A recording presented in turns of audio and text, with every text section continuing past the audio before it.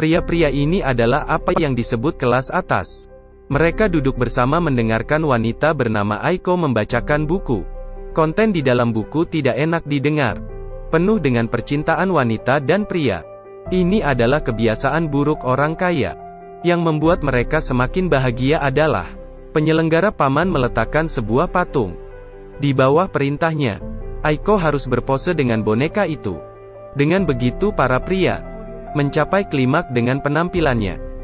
Aiko sangat jijik dengan hal-hal ini. Tapi apa yang bisa dia lakukan? Di luar dia tampak cantik dan bersih. Faktanya dia tidak lebih dari sebuah boneka di tangan pamannya. Dia adalah seorang bangsawan Jepang. Orang tuanya meninggal. Jadi dia ikut dengan bibi ke Korea. Saat itu dia baru berusia 5 tahun. Dan sudah dikontrol secara ketat oleh pamannya. Dia tidak pernah meninggalkan kebun ini. Setelah dia cukup dewasa, paman akan menjadikannya istri. Aiko tidak pernah keluar. Dan tidak memiliki teman. Pelayan baru Angel memuaskannya. Angel juga tertarik oleh kecantikan Aiko secara tidak sadar. Bisa menjaga seorang gadis cantik seperti ini. Ini adalah takdir yang diperbaiki di masa lalu. Namun yang tidak dia ketahui adalah, di bawah muka cantiknya, justru tersembunyi jiwa yang gila. Aiko sering mengalami mimpi buruk. Kematian bibi membuatnya sangat trauma. Angel menenangkannya seperti seorang ibu. Di dalam mata Angel, wanita ini sederhana dan baik hati. Adalah wanita bodoh yang tidak tahu apa-apa. Namun apakah benar begitu? Aiko sering berbagi perhiasan dan pakaian dengan Angel. Aiko juga memuji bahwa Angel sangat cantik. Jika sedikit didandan, maka dia pasti adalah seorang wanita cantik. Mendengar itu jantung Angel terus berdebar. Tapi mana mungkin dia tahu? Ada maksud lain dari kata-kata ini. Apa yang sebenarnya diinginkan wanita kaya dari seorang gadis yang sederhana? Hal ini akan terungkap di akhir video. Namun ngomong-ngomong, Angel juga bukan orang baik.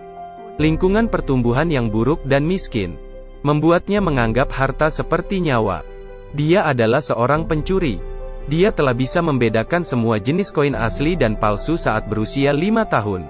Bangsawan Jepang Fuji menyukai kecerdasannya. Jadi menyuruhnya datang ke kebun untuk melayani Aiko. Angel hanya perlu mengatakan hal-hal baik, agar Aiko jatuh cinta padanya. Kemudian dia bisa membawa Aiko lari bersamanya. Lalu Fuji akan memikirkan cara untuk memasukkan Aiko ke rumah sakit jiwa dan mewarisi propertinya. Ketika selesai maka Angel akan mendapat komisi. Angel tahu itu adalah umpan besar. Jadi dia menawar untuk menggandakan komisinya. Dan juga meminta semua perhiasan dan baju Aiko. Fuji menyetujuinya. Setelah Angel mendapatkan kepercayaan Aiko, Fuji juga datang ke rumahnya. Menjadi guru lukis Aiko. Di dalam proses pengajaran, dia selalu mencari kesempatan untuk menyentuh tubuh Aiko. Dan di waktu luang, dia menyuruh Angel untuk memberi kode. Tentang kedatangan Fuji membuatnya menjadi beda.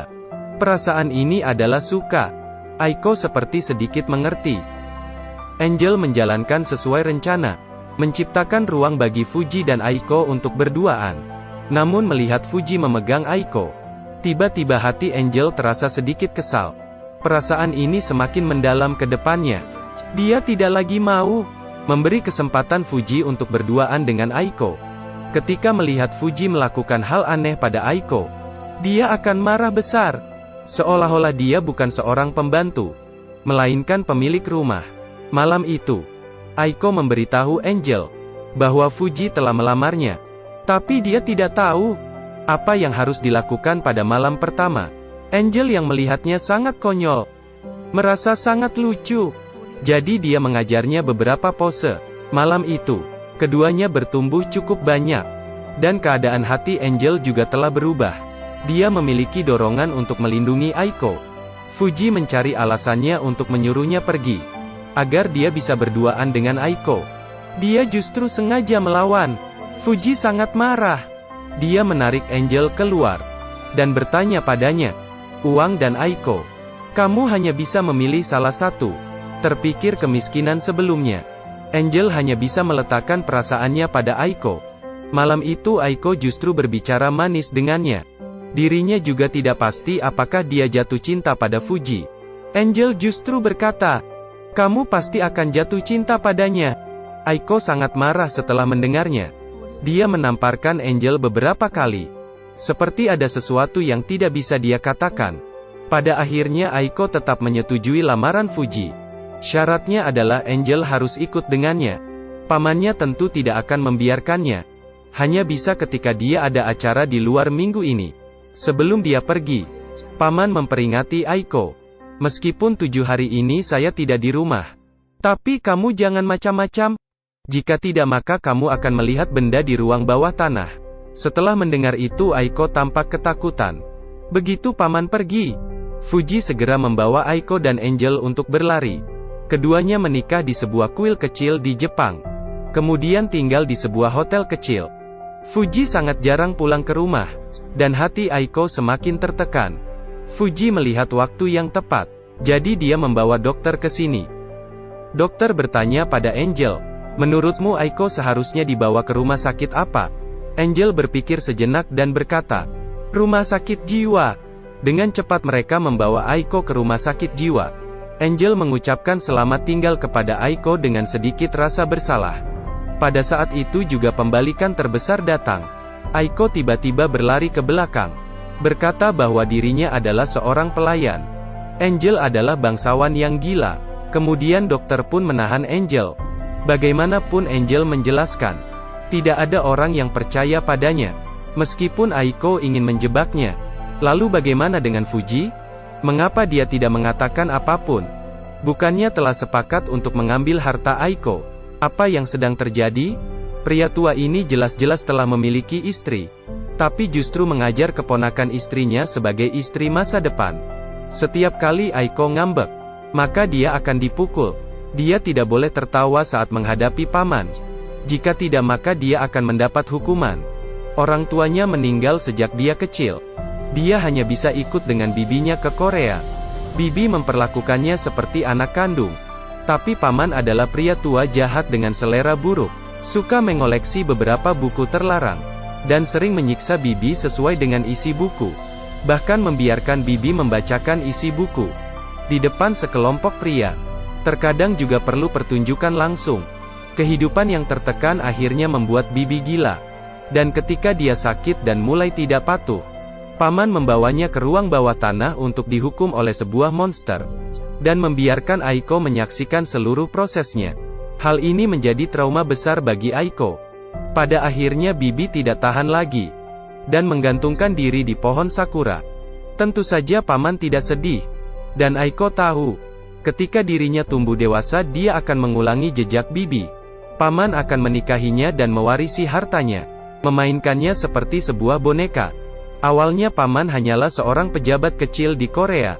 Dia menikah dengan bibi karena status keluarga dan kekayaan mereka. Tapi ketika orang-orang keluarganya mulai memudar, dia pun mulai memberontak. Aiko tidak berani membantah pamannya. Dia perlahan tumbuh besar. Mulai menggantikan profesi bibi. Membaca untuk orang-orang kelas atas. Fuji ini juga merupakan tamu paman. Tapi tidak ada yang tahu. Identitas bangsawannya itu palsu. Awalnya dia ingin merebut cinta pria tua itu. Untuk membohongi harga Aiko. Namun ketika dia pertama kali bertemu Aiko, dia telah sadar. Dia tidak bisa menggodanya dengan kemampuannya. Jadi dia menggunakan cara lain. Dia menyebutkan tujuan awalnya. Tapi ada perubahan rencana. Dia mengusulkan pada Aiko bahwa dia akan menemukan cara agar Aiko lepas dari pamannya yang jahat. Dan dia harus memberinya setengah dari kekayaannya. Aiko menyetujuinya. Keduanya memikirkan rencana yang mulus. Mencari seorang pembantu polos menjadi kambing hitam. Masuk ke rumah sakit jiwa dengan nama Aiko. Dan Aiko sesungguhnya akan menggunakan identitasnya untuk hidup dengan bebas. Angel mengira Aiko adalah korban. Tapi faktanya dia adalah mangsa di mata Aiko dan Fuji. Aiko tampak lembut dan perhatian. Membagikan pakaian dan perhiasan mahal dengannya. Faktanya itu hanya untuk memancing keserakahannya. Dengan begitu demi komisi itu, dia akan terus bekerja sama dengan Fuji. Anda kira filmnya berakhir di sini? Sebenarnya masih ada pembalikan ketiga. Alasan kenapa Aiko tidak tertarik pada Fuji, bukan karena dia kurang mempesona, melainkan dia tidak menyukai pria. Sedangkan Angel yang tampaknya adalah orang jahat, sebenarnya juga tidak memiliki pengalaman cinta. Dalam proses bergaul dengan Aiko, dia perlahan menyadari dirinya jatuh cinta padanya. Jadi selalu secara tidak sadar ingin baik padanya. Aiko merasakan kehangatan ibu pada Angel, ketika dia menyalahkan dirinya sendiri atas kematian ibunya. Angel berkata dengan lembut padanya, "Ibumu pasti senang telah melahirkanmu sebelum dia meninggal. Dia tidak menyesal." Kata-kata lembut itu sangat berguna bagi Aiko. Ditambah Angel selalu jijik dengan kedekatannya dengan Fuji. Aiko seperti menyadari sesuatu. Jadi dia sengaja mengetes Angel bahwa Fuji melamarnya. Tak disangka, kali ini Angel justru menyuruhnya untuk bersama Fuji. Dia sangat marah sehingga menamparnya. Aiko merasa semua orang menatap uangnya. Tidak ada orang yang tulus mempedulikannya. Jadi dia mengambil tali dan memanjat ke pohon sakura itu. Dia ingin mengakhiri hidupnya seperti bibi. Di tengah jalan dia justru diselamatkan oleh Angel. Angel menangis dan mengakui rencana Fuji padanya. Dan Aiko juga mengatakan rencananya dengan Fuji. Akhirnya kedua gadis memutuskan, membuat pria jahat itu merasakan konsekuensinya. Mereka menyusun rencana. Sesuai dengan rencana Fuji, memasukkan Angel ke rumah sakit jiwa, agar Fuji tidak berhati-hati. Ketika dia tergesa-gesa ingin merasakan kesenangan dengan Aiko, dia justru tidak menyadari bahwa Aiko telah menuangkan obat ke gelasnya. Menghadapi inisiatif Aiko, Fuji merasa sedikit kaget dan senang.